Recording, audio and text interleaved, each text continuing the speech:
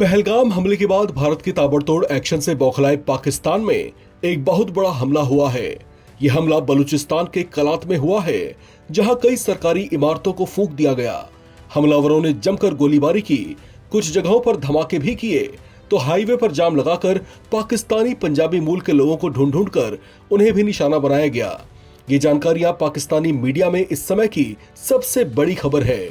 पाकिस्तान, जो पहलगाम हमले के बाद से ही भारत के ताबड़तोड़ एक्शन से जूझ रहा है और संभावित युद्ध के खतरे से कांप रहा है, उस पाकिस्तान में ऐसा आंतरिक विद्रोह फूटा जिसने शहबाज शरीफ सरकार के तो होश उड़ा ही दिए, साथ ही पाकिस्तानी सेना के प्रमुख जनरल असीम मुनीर के सामने भी चुनौती खड़ी कर दी है कि वो अपनी सेना बलूच विद्रोहियों के संगठन बीएलए से मुकाबला करने को उतारें या फिर भारत से संभावित युद्ध की संभावनाओं के बीच सेना को वॉर मोड में तैनात रखें।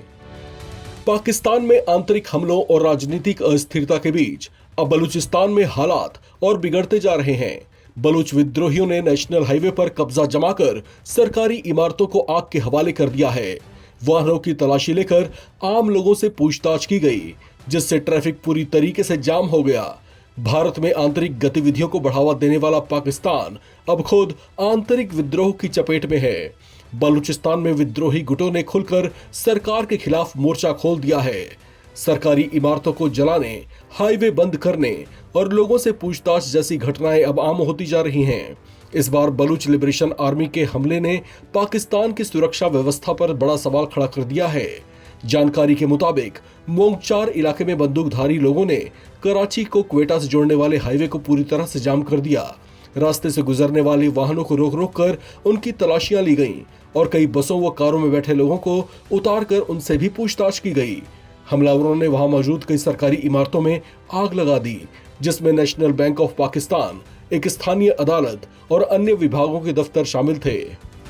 प्रत्यक्षदर्शियों के मुताबिक इस हमले में इमारतों को भारी नुकसान पहुंचा है। ऐसी भी खबर है कि पास के एक आर्मी कैंप को भी निशाना बनाया गया, लेकिन इसकी आधिकारिक पुष्टि नहीं की गई है। पाकिस्तानी मीडिया के दावों के मुताबिक यह हमला बलूच लिबरेशन आर्मी की ओर से किया गया है। उनका मकसद खास तौर पर पंजाबी मूल के लोगों को टारगेट करना था, इसलिए उन्होंने वहां यात्रियों की पहचान पूछी और जो पंजाबी निकले उनसे मारपीट की भी खबरें हैं। इससे पहले भी बलूच विद्रोही कई बार इस तरह के टारगेट फिनिशिंग कर चुके हैं। आपको बता दें कि बलूच लिबरेशन आर्मी के लड़ाके लंबे समय से पाकिस्तान से अलग होने की मुहिम छेड़े हुए हैं। वे बलूचिस्तान को पाकिस्तान का हिस्सा नहीं मानते।